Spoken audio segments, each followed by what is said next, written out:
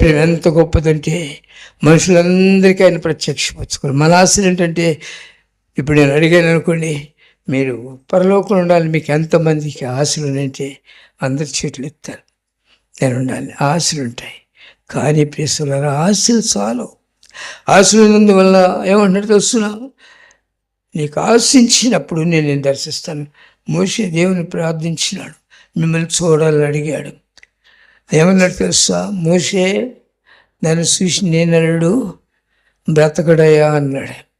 కానీ దేవుని మనుషుల ఆశలేంటి, నేను దేవుని చూడాలి. దేవుని ఆశలేంటి, తన బిడ్డతో తన సహవాసం చేయాలి. కొరింథీయులకు రాసిన మొదటి పత్రిక 1వ అధ్యాయం 9వ వాక్యములో తన కుమారుని సహవాసులకు పిలిచిన దేవుడు నమ్మదగినవాడు. కనుక నమ్మదగినవాడు ఆయన. కానీ వీళ్ళకి ఆశలు నువ్వు నీతి కొరకైనా మంట కలిగి, నీతి కొరకైనా ఆకలి కలిగినప్పుడు లోకాన్ని విడిచిపెట్టి నువ్వు దేవుని ఎదురుకు వస్తే, నువ్వు చూడాలని అనుకున్న దేవుడు నీకు ప్రత్యక్షం అవుతారు. ఎలా? ఆయన చూస్తే మనుషులు బ్రతుకుడు కనుక ఆయన కుమారుల యొక్క, తన బిడ్డల యొక్క ఆ కోరిక నెరవేర్చడానికి, ఆయన తాను వారికి ప్రత్యక్షపరచుకోవటానికి, వారితో ముఖాముఖిగా మాట్లాడటానికి, వారి స్వరం విని, వారి మొర విని వారితో ప్రత్యుత్తరం ఇవ్వటానికి, వారి హృదయపు వాకి నిలబడి వారి కన్నీరు తొడవటానికి ఆయన అక్కడి నుంచి దిగి వచ్చినాడు. ఇది క్రిస్మస్. క్రీస్తు దిగి వచ్చినాడు నీ కొరకు. ఎవరా క్రీస్తు? సృష్టికర్తైన తండ్రి నిన్ను ప్రేమించి తను తానుగా నీకు ప్రత్యక్షపరచుకుంటే నేను ఉండలేము. అది తెలుస్తున్నా ప్రియసోదరా, సంసోను తల్లిదండ్రులతో దేవుని దూత మాట్లాడినప్పుడు మనం దేవుని చూసినాము, మనం బ్రతకం అని భయపడినారు. దేవుని చూసి బ్రతకము కనుక ఏం చేసినాడు, మనుషులు చనిపోకూడదు, బ్రతకాలి, జీవించాలి. కనుక ఆయన తనకున్న సమస్తం ఇచ్చి అధికారాన్ని పోగొట్టుకుని దాసులుగా ఈ లోకంలోకి వచ్చారు.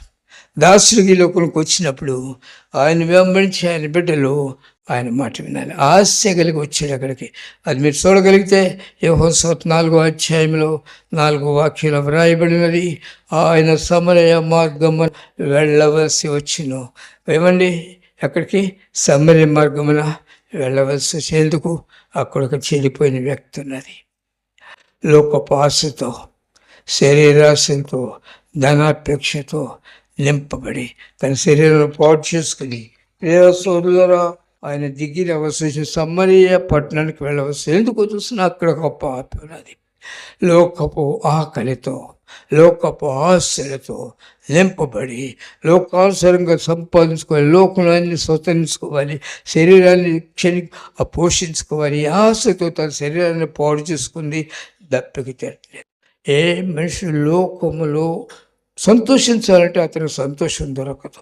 లోకంలో సంతోషించే మనుషుడు అది క్షణికమా, అది అతనికి దుఃఖమే కానీ నిజమైన సంతోషం ఉండదు.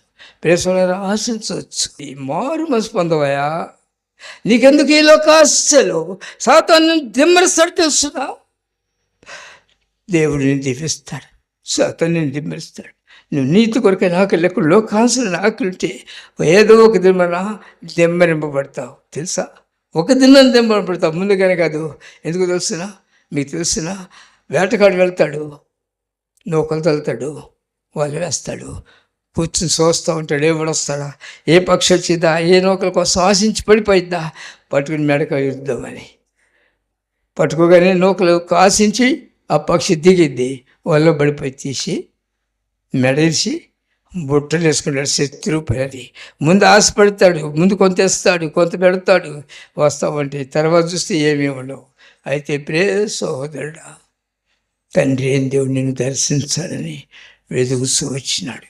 ఆయన ఆకారంలో నువ్వు చూడలేవు ఆయన్ని, ఆయన స్వరం నీకు వినలేవు. వింటే ఆ స్వరం భయంకరము. ఎంత భయంకరం అంటే ప్రియసలరా, ఆయన స్వరమని సృష్టి గజగజలని తెలుసిన ప్రియసలరా, ఆ స్వరం వింటున్న మోస వింటుంటే ఇశ్రాయేలు భయపడి అయ్యా మేము వినలేము అని భయపడినారు, పారిపోయినా తెలుసిన. అయితే నీకున్న నీతి కొరకు నాకున్నప్పుడు నువ్వు ఆయన స్వరం వినాలని ఆయన నా ఆకారంలో, శరీరాకారంలో ఈ లోకంలోకి వచ్చాను. ఆయన ఈ లోకంలోకి వచ్చి ఎవరిని తెలుసిన, సహోదరి సహోదరుడా తలుపుది, నేను నీతో మాట్లాడటానికి వచ్చాను, నీ ఇంట్లో నివసించడానికి వచ్చాను, నీవు నేను కలిసి భోజనం చేయాలని ఆశించినాను, నీతో సహవాసం చేయడానికి వచ్చినాను. తలుపు తీ. నీ తలుపు తీ. ఏ తలుపు తీయాలా?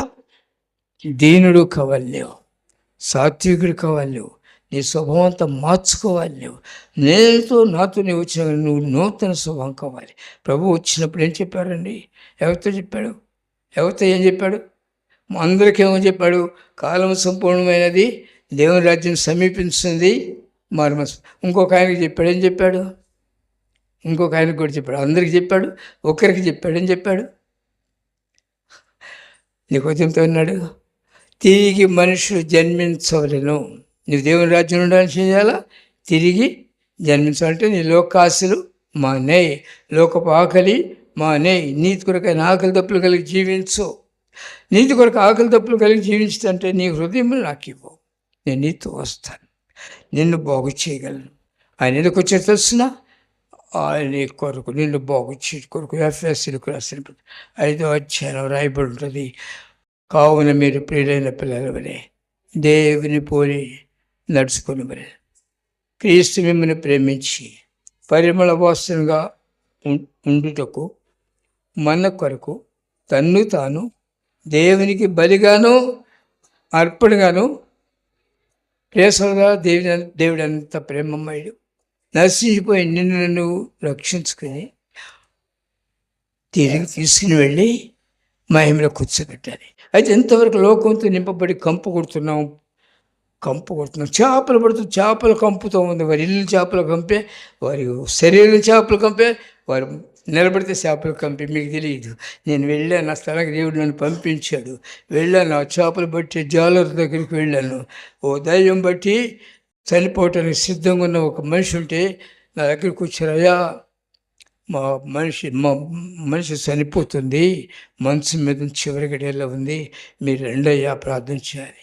నేను వచ్చి ఏం చేస్తాను? ఆయన నన్ను గురించి మీకు ఎవరో చెప్పారు, అడ్రస్ ఎత్తుక్కుంటూ వచ్చాము, రండి.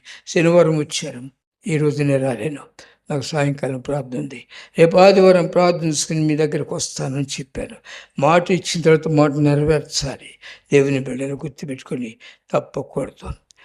ఆ తర్వాత ఆ రాత్రి ప్రార్థన చేసిన వారందరి కొరకు ఉదయం ప్రార్థన చేసినాను. తర్వాత కొంతమంది సహోదరులు తీసుకుని నేను వెళ్ళి ఆ స్థలంకి వెళ్ళి అక్కడ రోడ్డు మీద దిగిన తర్వాత దాదాపు 1 కిలోమీటర్ పైన, 2 కిలోమీటర్లు చాలా గట్టులు బట్టి నడిచి వెళ్ళాలి. చీకట్లో వెళ్ళాను. అక్కడికి వెళ్ళి ఆ ఇంటికి వెళ్ళాకనే ఒక ఆమె బకెట్తో తీసుకొచ్చి నుంచుని, అయ్యా కాళ్ళు కడుక్కోండి, భోజనం చేయదుగాను అంటే, తిండి కొరకు వచ్చానా? సోదరులు మీరు అనుకోవచ్చు, సేవకులు తిండి కొరకు వస్తారు, డబ్బు కొరకు ఉంటే ఉండారేమో, అటువంటి వాళ్ళు నాకు అవసరం లేదు. నేను చెప్పాను, నేను ఎందుకు రాలేదమ్మా, ఇక్కడ చనిపోతుందని చెప్పారు కదా, మంచం మీదుందని, ఆమెకు ప్రార్థన చేస్తానికి వచ్చాను కనుక ఆమెను చూపించండి, నేను ప్రార్థన చేస్తాను. ఆమె అంటుంది, అయ్యా నేనే ఆమెని. క్రీస్తుని కలిగి నువ్వు ఎక్కడికి వెళ్తే అక్కడ జీవం ఉంటుంది తెలుసునా?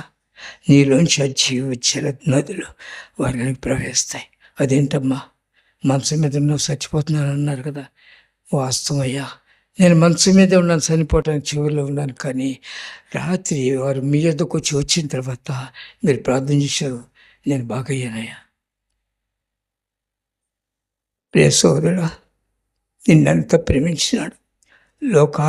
లోకాశలతో పరుగులెత్తడానిక, లేక ఆయనకి సాక్షి ఉండటానిక, ఆయన జీవాన్ని కలిగి అనేకులకు జీవం పంచిపెడతానిక. మనుషులను పట్టు జాలరుగా చేస్తాను, నీతి కొరకు ఆకలి కలిగి ఉండవు. మనుషుల పట్టు జాలరుగా చేస్తాను, ఆత్మీయ దేవుడు. మనుషుల కొరకు జాలరుగా చేస్తాను, హృదయ శుద్ధి కలిగి జీవించు. సహోదరుడా, నువ్వు ఉప్పుగా చేశాను నేను, నీ సారం పోగొట్టుకోవద్దు. వింటావా? క్రీస్తు మాటని వింటావా? ఆయన మాటలు జీవమని తెలుసిన సోదరా,